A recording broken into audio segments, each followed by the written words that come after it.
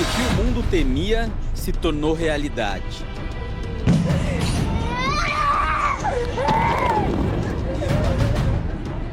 A guerra é implacável e afeta tudo, incluindo o mundo do esporte. O campeonato ucraniano, que tem 30 jogadores brasileiros atuando nos 18 times, iria recomeçar neste final de semana, depois da pausa de inverno. Mas os jogos foram suspensos por tempo indeterminado e poucas horas depois, o espaço aéreo foi fechado, impedindo assim que os atletas tentassem voltar ao Brasil. Mas não são só os jogadores do Shakhtar Donetsk que estão desesperados. A gente vai bater um papo agora com 3 jogadores brasileiros que estão no Metalist, que fica na cidade de Kharkiv, uma cidade que é a segunda maior da Ucrânia e que está sendo atacada assim pelo exército russo. Vou conversar com os brasileiros agora. Primeiro de tudo, cara, como é que vocês estão aí? Como é que está a situação de vocês? Estou vendo que vocês estão dentro de casa. Tem alimento, tem água?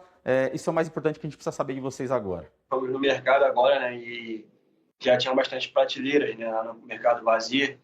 A gente também procurou lugar, né, para a gente colocar crédito no telefone para ter internet caso a luz caia, né, para a gente conseguir se comunicar com os nossos familiares. E também não está funcionando. Fabinho, Derek e Marisson até pensaram em pegar um carro e tentar fugir para outros países, mas Kharkiv fica quase na fronteira com a Rússia, muito distante de qualquer ponto seguro. Aproximadamente umas 10, 12 horas de carro. Mas o problema é que também os postos de gasolina já não tem mais gasolina.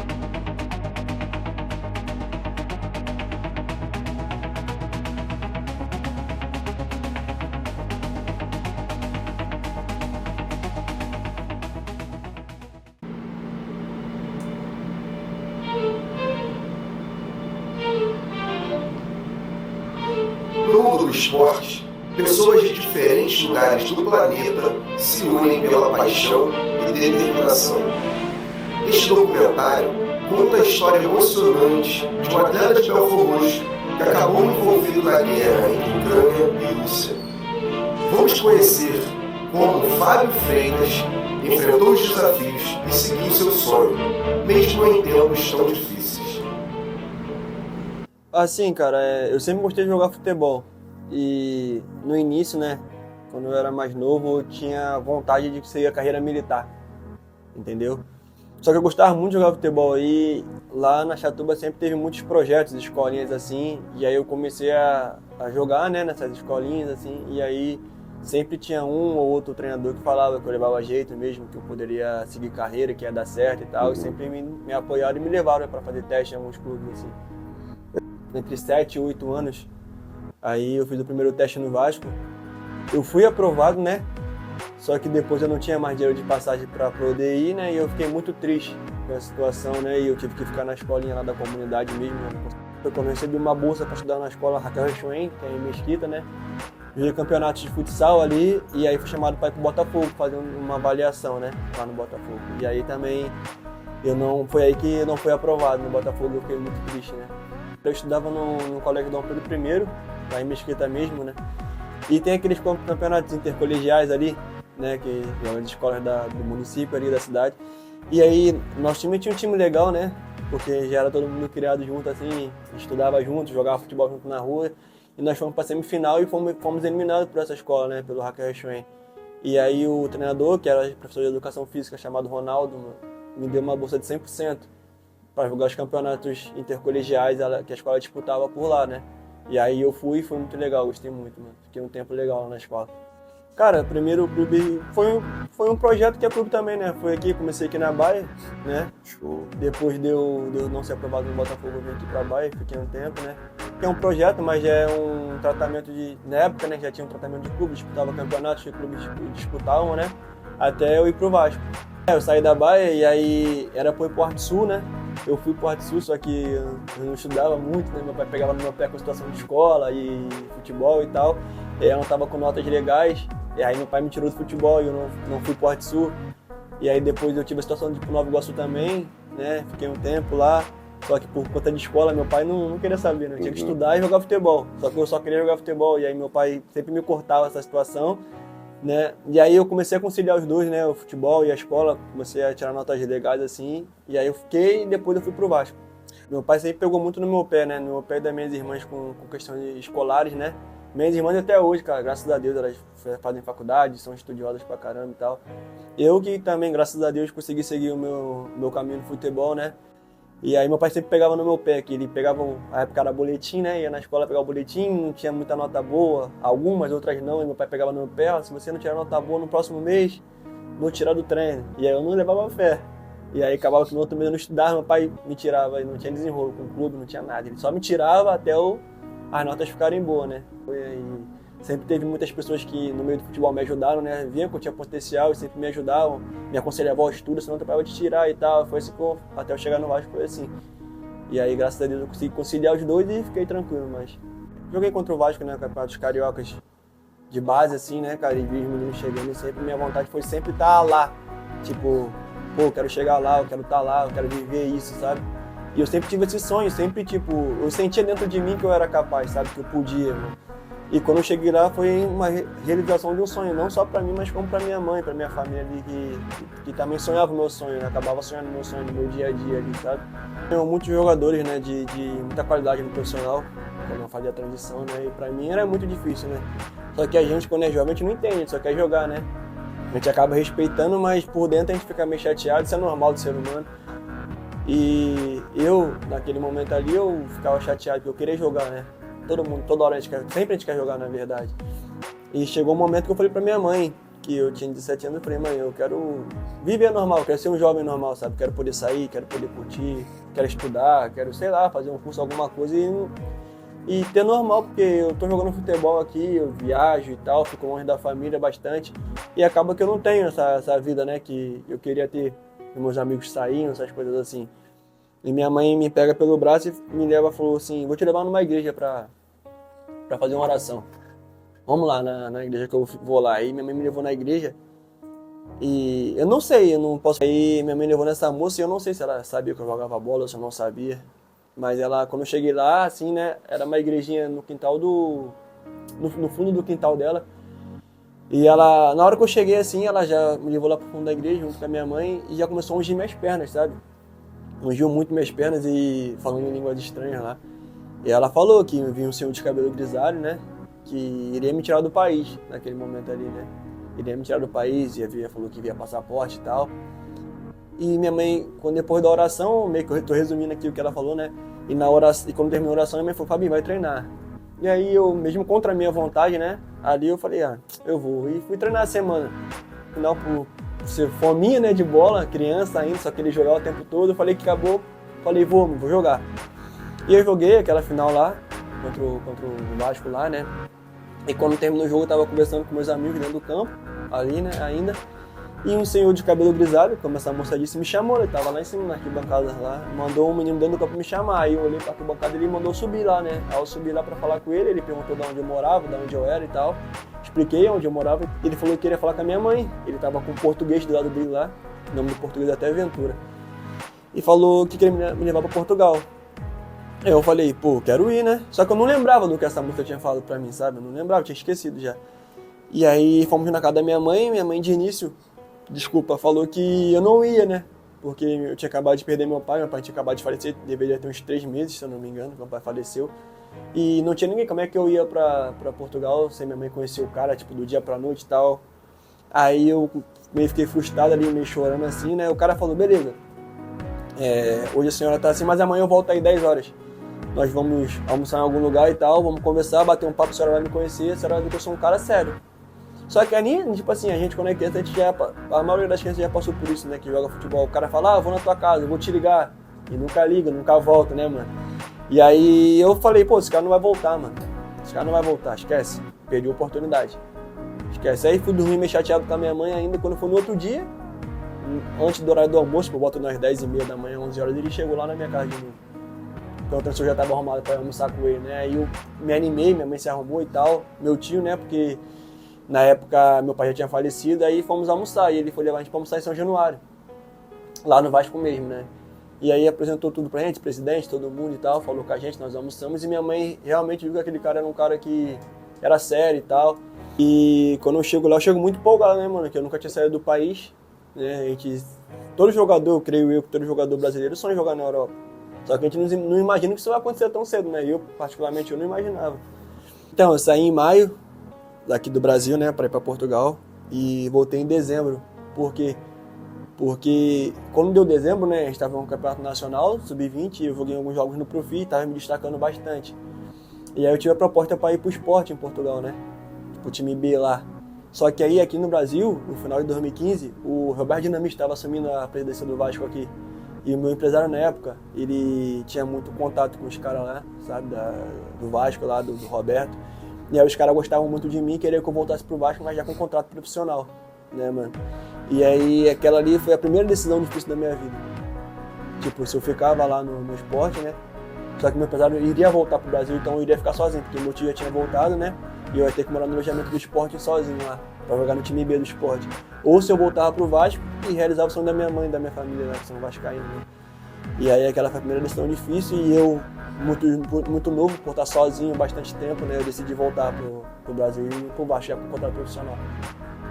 E o treinador era o Doriva, já era o Doriva, o treinador. E pra mim foi muito legal, cara, porque ele foi bastante paciente comigo, sabe? Eu cheguei por 20, só que como eu não joguei a copinha, né, eu fiquei treinando com o profissional, né? Ali até os meninos voltar da copinha, né? E ele, foi top, cara, eu gostei pra caramba dele. Infelizmente tive a lesão no tornozelo, treinando profissional, né? E não tive sequência no profissional, tive que jogar no 20 quando voltei da lesão. Mas eu gostei bastante, cara. E até eu tinha contrato até 2017, né? Encerrou 2017. Mas eu pedi pra o Vasco me emprestar, porque eu não tava tendo tempo de jogo no profissional, só tava jogando no 20, aí o Vasco ficou me emprestando, né? Aí foi quando eu retornei pra Portugal pra jogar a terceira divisão lá. E fiquei jogando lá. A gente entender algumas coisas, né? Que é preciso um processo, é preciso um aprendizado mais forte, né? É preciso saber ouvir não. É muito difícil quando a gente é jovem, né? Ou ouvir o não, né? É muito difícil. Então pra mim foi muito difícil também, cara. Porque eu queria estar ali, eu queria jogar, eu sabia que eu tinha condições, né? A gente sabe que tem condições, só que a gente não tá pronto. A gente tem condições, só que não tá pronto. E tem que passar pelo processo, sabe? Então, pra mim foi muito difícil esse momento, sim, pra pedir, tipo, pra ser emprestado, porque eu quero jogar, a gente é novo, a gente quer jogar, a gente quer desfrutar o momento, só que a gente tem que saber da responsabilidade, né? E vestir a camisa do clube brasileiro, assim, grande, né? É muita responsabilidade. Só que a gente tem qualidade para estar ali, só que a gente não está pronto para isso ainda. Então os treinadores pensam em preservar a gente no momento certo, eles vão botar a gente. Hoje eu entendo isso, só que naquele momento eu não entendi, né? Então eu chego em Portugal, não pronto ainda, né? E lá eu começo a entender as coisas, né? Portugal, né? E lá fiquei sozinho, né? Morava sozinho. E lá, como é que eu vou explicar assim? Eu amadureci, a gente amadurece até pra vida, né? Não só como jogador, não só como profissional, a gente amadurece como homem. É necessário esse tempo pra gente amadurecer. É difícil, o processo é difícil, mas é necessário pra gente amadurecer na vida, né? Como ser humano, nem como profissional, mas como ser humano. Então, esse momento difícil lá mexeu tanto comigo que eu pensei em desistir de jogar futebol, cara. Eu pro Brasil, converso com a minha mãe, converso com a minha, na época, namorada, hoje minha esposa, né? E desisti de jogar futebol e começo a trabalhar. Aqui no Rio, trabalhava no mercado, né? Acho que, se eu não me engano, era Extra, que tinha lá em Nova Iguaçu, embaixo do viaduto Extra, né? Então, trabalhei no Extra lá durante esse tempo, até voltar a jogar futebol, cara, que o nome do cara era Caio, né? Ele me conhecia desde a base, então ele assumiu o time do Teresópolis, né? E queria que eu jogasse o Carioca lá. E eu já falei pra ele, pô, cara, obrigado por lembrar de mim, pelo convite, né? Só que hoje eu penso diferente, não quero mais e tal. Ele, cara, eu sei que futebol não tá dentro de você. Você ainda vive futebol. Só que você tem medo, tem trauma de alguma coisa, só que eu vou te dar teu tempo. No teu tempo, você sei que você vai me falar comigo. E nisso minha esposa começou a conversar comigo, né? Volta. E eu voltei lá pro Teresópolis, né? E fiz um bom campeonato, né? E fiz um DVD. Só que sem esperança nenhuma. Eu fiz um DVD pra ver os lances legais assim, né?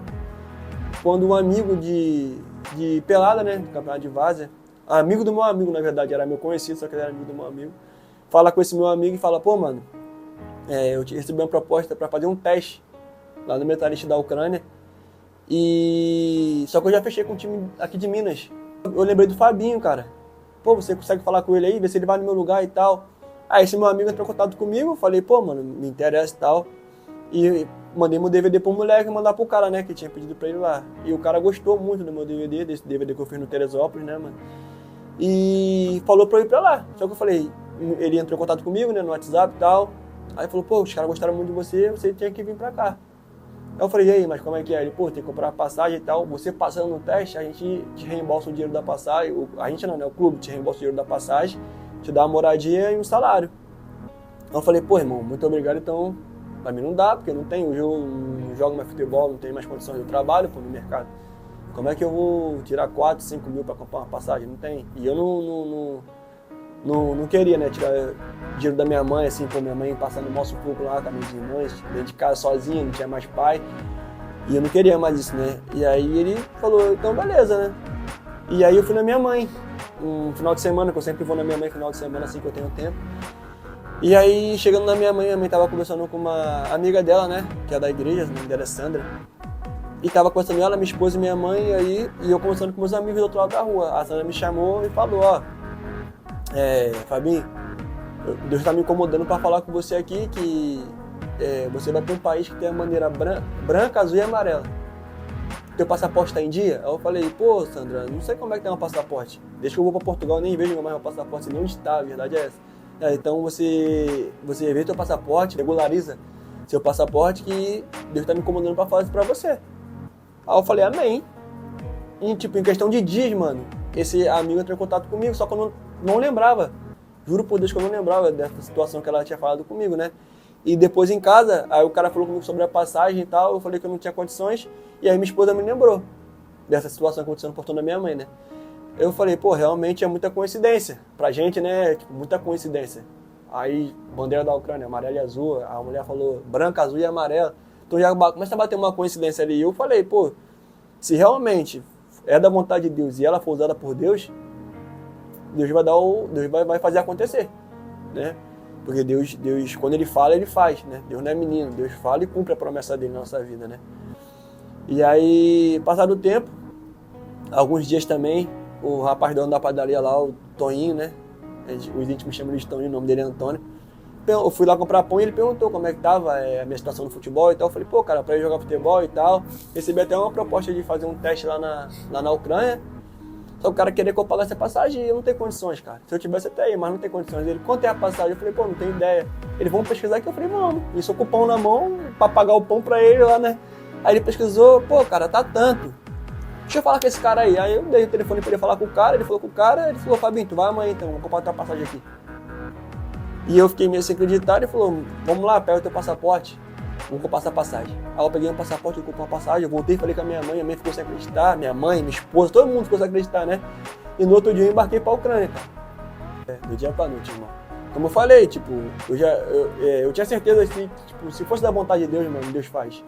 Deus, quando promete alguma coisa pra alguém, Deus faz. Deus não é menino, irmão. Pode passar o tempo que for, sabe? Ele faz. Então foi o que ele fez na minha vida. E ali, naquele momento, na Ucrânia, foi o divisor de água da minha vida, mano. Porque eu já não queria mais jogar futebol, mano.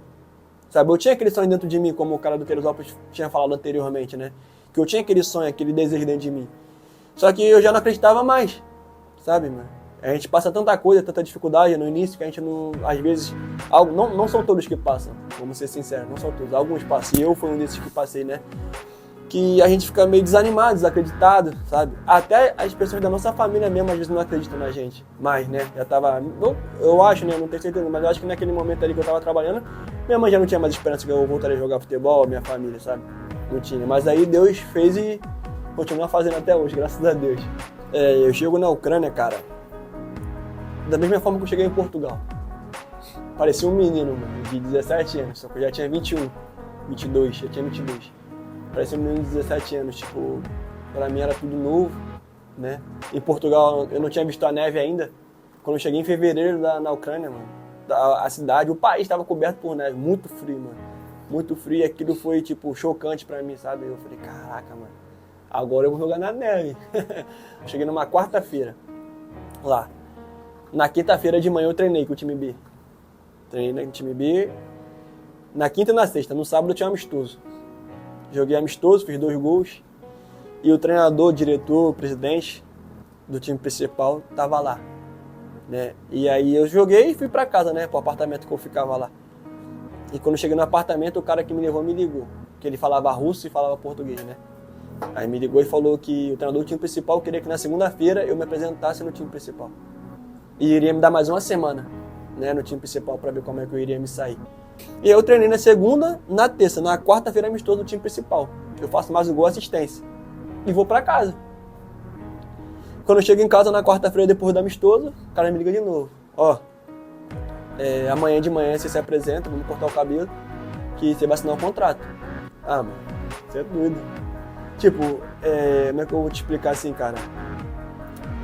O primeiro momento só agradecer a Deus, mano. Porque há uma semana atrás, irmão, eu tava trabalhando no Extra, mano. Uma semana atrás, mano. Certamente uma semana atrás, porque foi na quarta-feira que eu assinei. E uma semana atrás eu tava trabalhando no Extra, irmão. Tem noção? Tava trabalhando no Extra. Uma semana depois você assina com o time, mano. Tipo assim, time principal, eu fui pro time B, irmão. Então, tipo assim, é uma coisa, mano, que hoje eu penso assim, eu deveria ter acreditado mais no meu sonho, mano. Eu não deveria ter desistido. A gente não pode desistir do que a gente tem no nosso coração, do que Deus bota no nosso coração. Porque Deus sempre botou no meu coração, cara, futebol. Eu sempre tive aquele sonho dentro de mim, sabe? Eu sempre tive aquele desejo dentro do meu coração. Eu fui muito feliz lá, cara. Muito feliz.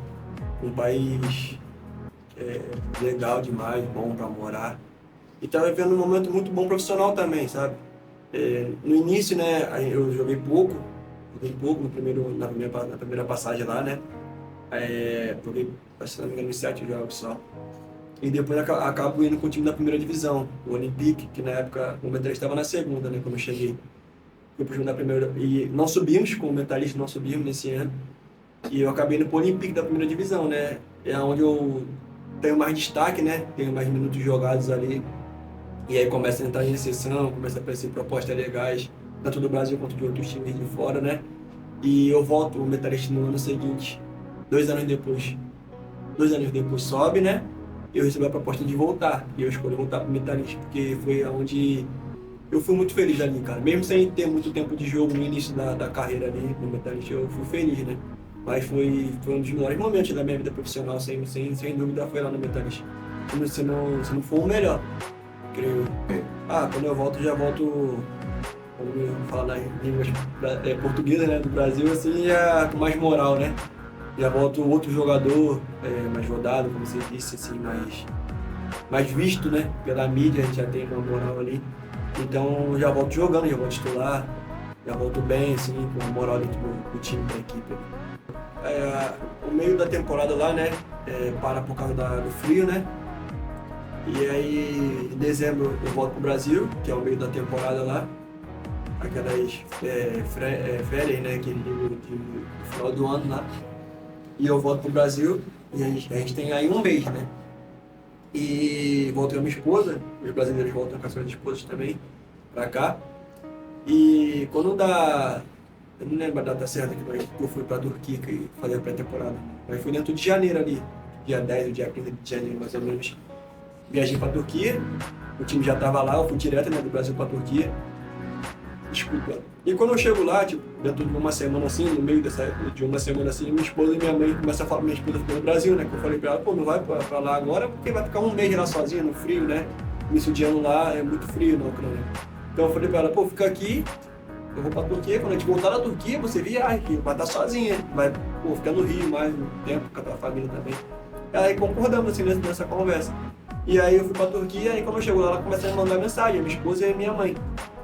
Falar que aqui no Brasil já tava rolando do lado que ia ter invasão da Rússia na Ucrânia, né?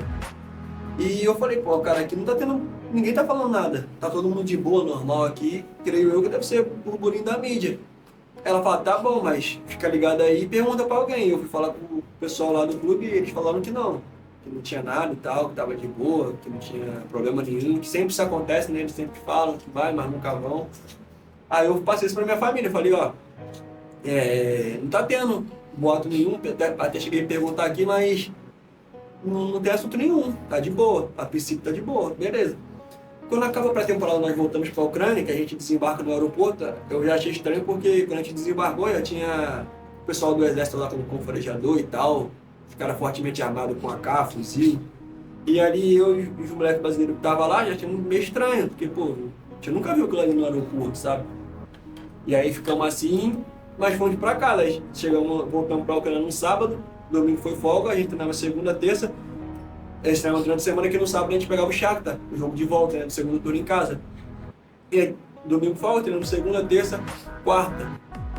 E aí quando foi na quarta noite, começaram a botar no grupo do time, né, dos jogadores lá que poderia acontecer mesmo, sim, pra ficar ligado, ninguém sair de casa e tal. Quando dormimos de quarta pra quinta a gente já acordou na guerra. Tipo, de madrugada já começou a ouvir barulho de tiro, de explosões assim, e já acordou na guerra.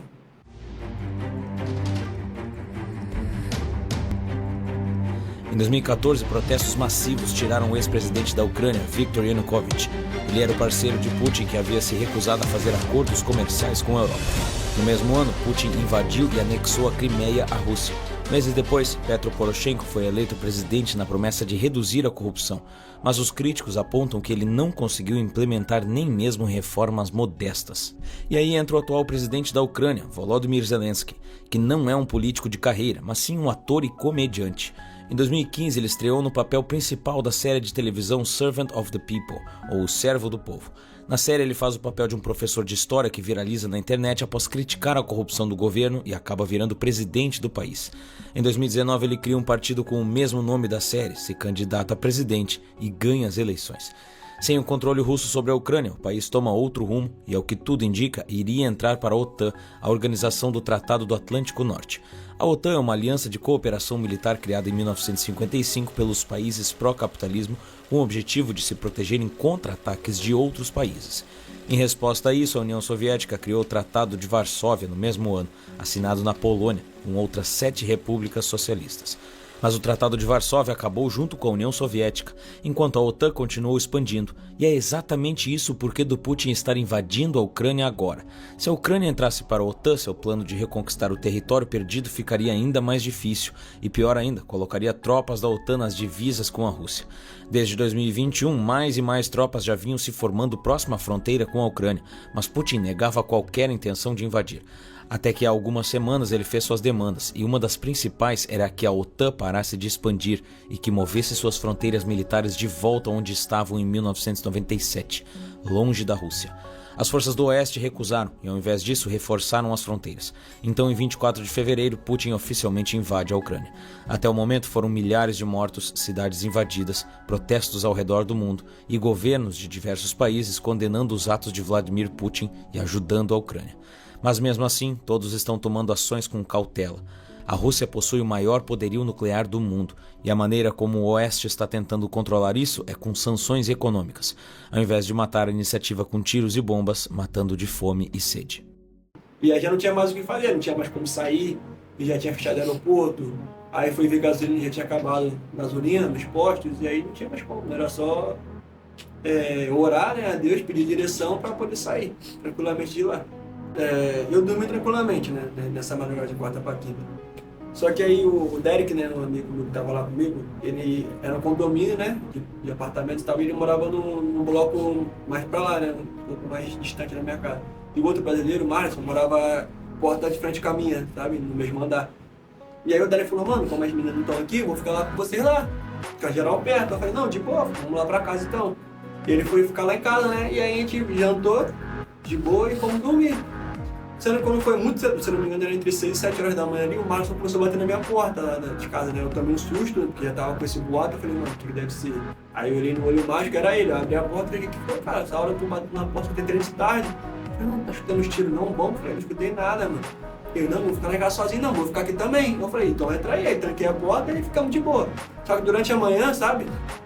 A gente não tinha barulho de nada, tipo, olhava da janela assim e ouvia a rua, assim, tava tudo de boa, sabe? Toda pessoa andando na rua, tranquilo.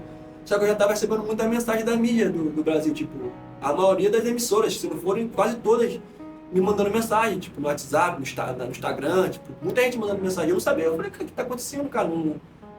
Chegou um turbilhão de mensagens, sabe? No meu telefone, do nada, no WhatsApp, no Instagram. E eu fiquei sem entender, mas aí quando foi chegando no final da tarde, aí a gente já começou a escutar os ataques assim, aí explodia a bomba, o apartamento meio que tremia, sabe?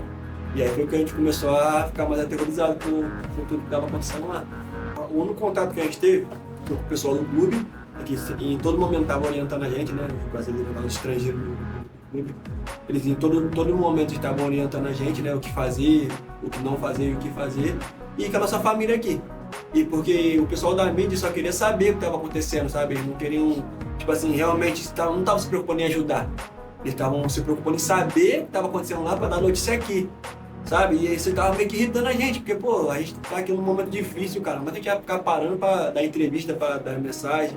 E mesmo assim a gente ainda concedeu algumas entrevistas, não muitas, mas concedemos algumas, porque a gente pensou, pô, a gente tem que conceder pelo menos algumas, porque vai dar mídia no Brasil, né? E aí eles vão, sei lá, dar um jeito de ajudar a gente, vamos ver o que a gente tá passando aqui. Sim, porque no dia, na quarta-feira, né, quando o pessoal do grupo falou com a gente lá sobre essa possibilidade, né, o diretor já orientou a gente. Ó, vai no mercado e pega tudo que deve pegar e estoca comida em casa. Então, foram nós 3, né, enchemos quase 2 carrinhos de coisa e botamos dentro de casa. E deixamos em casa, tudo que você imaginar a gente comprou. Deixamos em casa lá, então a gente estava bem tranquilo. Sim, cara, o pessoal do clube orientou a gente a não sair de casa. Né, a estocar comida, o que tinha, estocar a comida que tinha e não sair de casa. Sabe? E quando houvesse algo próximo que estava chegando na nossa cidade, assim, ele orientar a gente aí pro bunker, né, do prédio lá. Aí a gente, beleza, a gente ficou aí uns 3, 4 dias nessa agonia, né, não saía de casa, revezava a hora de dormir, cada um dormia um pouco, e se caso acontecia algo de madrugada, ia ter que ter pelo menos uma acordada para orientar os outros e a gente sair, entendeu? Até que o diretor do clube lá, chegou um momento que estava muito crítica a situação, né, cara? Tava muito perto da gente já. A gente já escutava muito barulho, muito tiro, o apartamento tremia muito. E a gente começou a ficar com muito medo. E o diretor do clube lá falou que ia sair um trem, né? Acho que eu não lembro agora o horário. Mas que tinha comprado a passagem pra gente entrar nesse trem que ia pra fronteira, né? Que tava mais tranquilo na fronteira com a Polônia, que era Lviv, a cidade. A gente nem pensou, deixamos até roupa, porque só podia sair com uma marinê, então a gente deixou bastante roupa, bastante tênis, assim, muita coisa ficou lá pra trás. No meu apartamento tinha coisa minha e da minha esposa, pô. Então, tipo, eu não peguei tudo meu, eu peguei um pouco meu, um pouco da minha esposa e vim embora. A maioria das coisas ficou, eu nem pra saber, nem fiz questão. O pessoal só queria sair também, sabe? Então, bastante angustiante, mano, a situação da minha família aqui, né? Da minha família e da família da minha esposa também, né? Que, graças a Deus, a gente tem uma relação muito boa. Eu tenho, né? Os pais dela são praticamente meus pais, eu tenho esse respeito, eles também têm por mim. Então, estavam bastante angustiados aqui, eles, cara, com a minha situação. E eu, tipo, eu lá, em todo momento, não queria passar preocupação e problema pra eles aqui, sabe? Então, eu evitava muito, tipo, dar notícias minhas lá, as coisas que aconteciam, eu preferia guardar pra mim e falar que tava tudo bem, que eu já ia sair, né? Mas eu tenho certeza que aqui eles estavam muito mal. O primeiro trem, né, a ordem lá no país era que a prioridade era mulher e criança, né?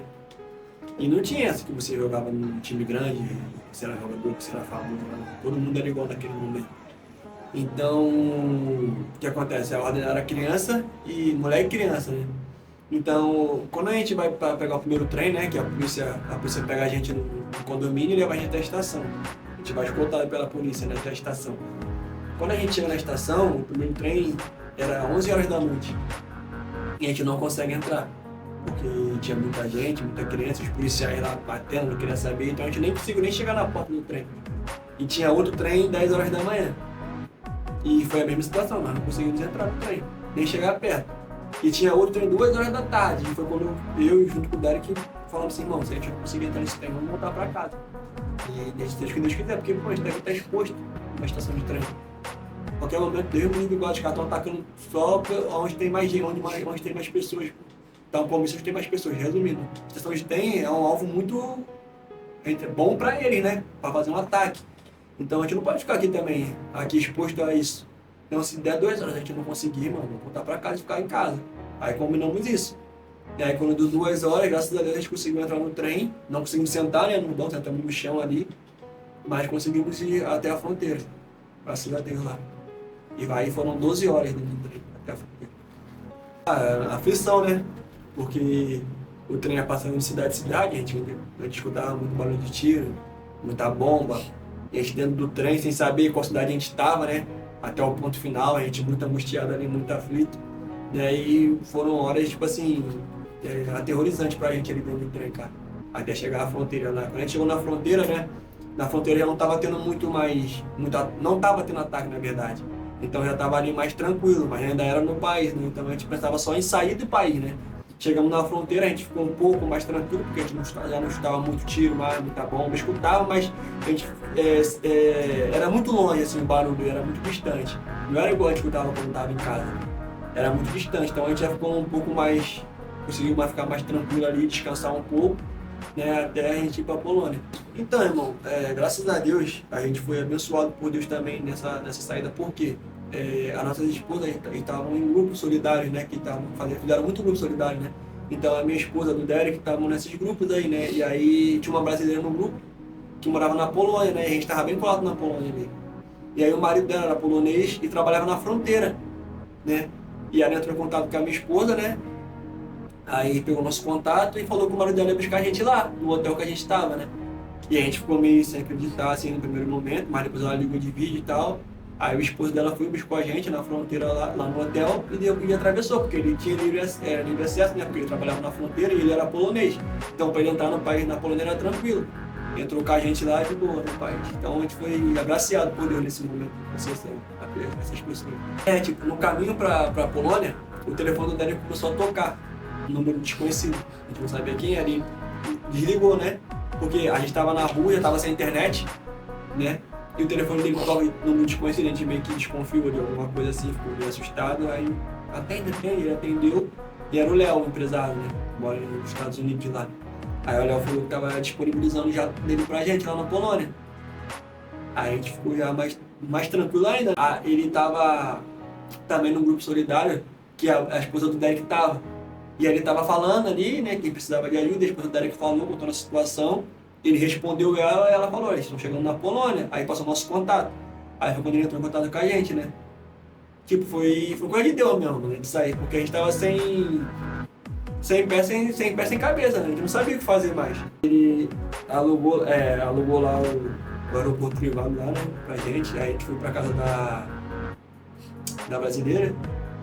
E aí chegamos lá e comemos um pouco, descansamos até a hora que a gente foi pro aeroporto pegar o jato. E aí fomos da Polônia para Portugal de jato. A gente ia em Portugal, cara, e o primeiro voo pro Brasil a gente perde. Porque a gente estava tão cansado, sem dormir muitos dias, que acabou que a gente chegou no hotel lá em Portugal, a gente dormiu muito, pô, todo mundo. E aí perdeu uma hora do voo, né? E aí o Léo de novo ajudou a gente com outra passagem. Aí no outro dia a gente pegou o voo Lisboa-Campinas, Rio de Janeiro. Aí quando a gente já chegou em Portugal, graças a Deus já deu aquele alívio, né, cara? Deu aquela paz de espírito na gente, na nossa família, ficou todo mundo mais calmo. E aí, graças a Deus, estou aí hoje para contar essa história para vocês. Quando eu encontro minha família aqui no aeroporto, cara, foi emocionante demais, cara. Não sei nem como, nem descrever o que eu senti naquele momento, sabe? Porque foi emocionante demais ver minha esposa, ver minha mãe, ver minhas irmãs ali comigo, meus amigos, né? Então foi emocionante demais, cara. E aquilo só me deu mais força, cara. Só me deu mais força para eu continuar batalhando, correndo atrás do meu sonho, me dedicando mais, me sendo mais profissional possível, para que um dia, né, eu possa, se for da vontade de Deus, representar nossa seleção no futebol, né, cara. Então aquilo só me deu mais força, mais ânimo e mais vontade de correr atrás do meu sonho e nunca desistir, cara. No retorno ao futebol, foi no Brasil, na Ponte Preta, né. Até então, dentro do campo, assim, foi tranquilo, né, mas fora do campo, eu creio que eu fiquei um pouco traumatizado, porque eu fiquei um cara muito nervoso, tipo, muito escaldado, as coisas assim, sabe? E aí eu fiz agora, né, no último clube que eu tava com acompanhamento com a psicóloga, né, até lá, mas estou melhor, graças a Deus. Espero que, primeiramente, Deus esteja comigo por onde eu for, né, mano? Por onde eu andar, assim como Ele sempre teve, sempre me guiou, sempre guiou meus passos. E espero batalhar, ser feliz. Sei que na vida nada é fácil, nada bem fácil na vida, né? Então espero ser forte a cada dia, espero ser batalhador, honesto, justo e correr atrás do meu sonho, realizá-lo da melhor forma possível e dar felicidade à minha família, que é o que eu mais desejo nesse momento. O que eu deixo de ensinamento para os jovens de hoje, cara, aproveitem a vida da melhor forma possível, corra atrás do seu sonho, seja responsável, seja estudioso, honre seu pai e sua mãe, siga o caminho certo. Não estou aqui para falar de Deus ou de religião, mas eu sou cristão. Então siga o caminho que você achar certo dentro da sua religião. Confie em Deus em primeiro lugar, sempre. E nunca deixe de seus sonhos, cara, porque se Deus plantou um sonho, um desejo no seu coração, é porque Ele sabe que você é capaz de conquistar aquilo. Você tem qualidade para aquilo, você tem força para conquistar aquilo. Nada nessa vida é impossível, a não ser que você não queira. Se você quer, corre atrás, que ninguém pode parar teu sonho, ninguém pode mandar no teu sentimento, no teu coração, a não ser Deus. Então, corre atrás. Se você correr atrás, se você se dedicar naquilo que você almeja, vai dar certo, não tem como dar errado.